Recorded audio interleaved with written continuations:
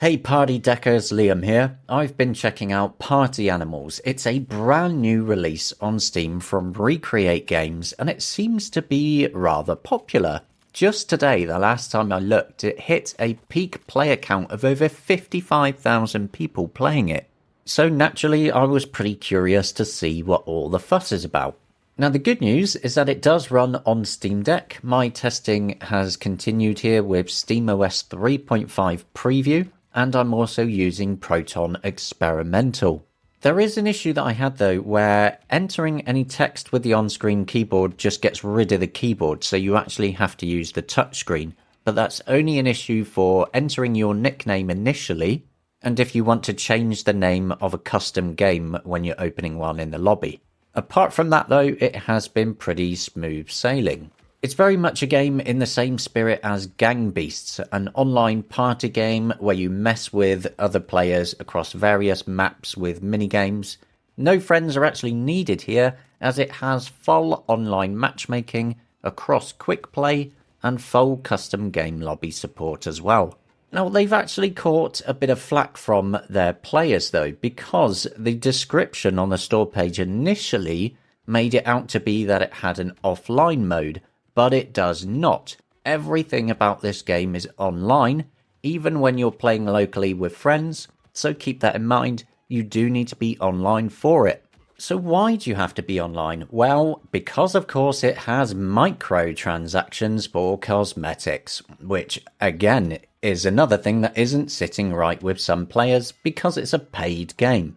To be clear, you can unlock more as you go, since there is an in-game currency that you do earn as you play and level up, but it doesn't give you a lot, especially compared to the shop pricing and the price of their Nemo bucks against real money really isn't great. But clearly, even with those issues, it hasn't stopped the popularity of it exploding, but it's not clear how long that popularity will keep up. You see, these types of party games tend to burn bright for a while and gradually people move on to something else, but maybe this time will be different. Performance on Steam Deck is okay. It's not exactly amazing though, which is kind of surprising. We can get a game as big as Cyberpunk 2077 to a pretty stable 30 FPS and higher, but this game, on the low details, with FSR, can only make it around 40 frames a second. Still, it feels pretty good, and it looks good, and I really am actually having a lot of fun with it.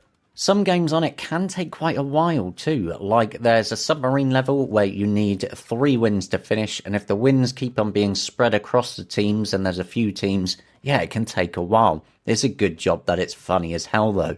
Trying to knock out another player and lob them into the water simply never gets old. There's so much stupidity to it that I really adore the gameplay. I am so useless at it as well, which makes it all the more entertaining.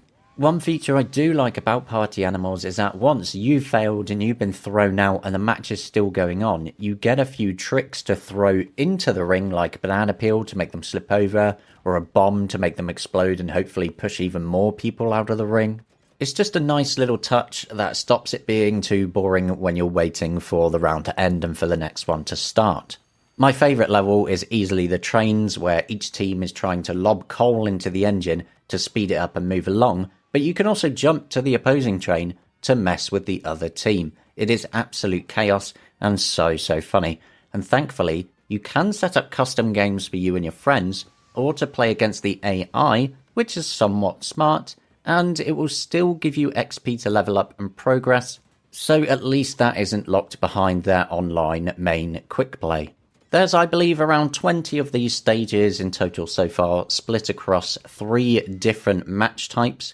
I'm hoping they will sprinkle in a little bit more content over time to keep it going, but 20 is still pretty good, as there is a really nice variety in exactly what you're doing on them, where you'll be grabbing, punching, headbutting, swinging things around and all sorts to just try and stay in the ring. It is pure madness. So if you're after a funny, casual party game for the Steam Deck, Party Animals seems like a pretty good bet, as long as you're okay with it needing to be online, and it does have microtransactions, but it is a good, fun game that works well enough on the Steam Deck, and I'm having a lot of fun with this one, and I think you will too.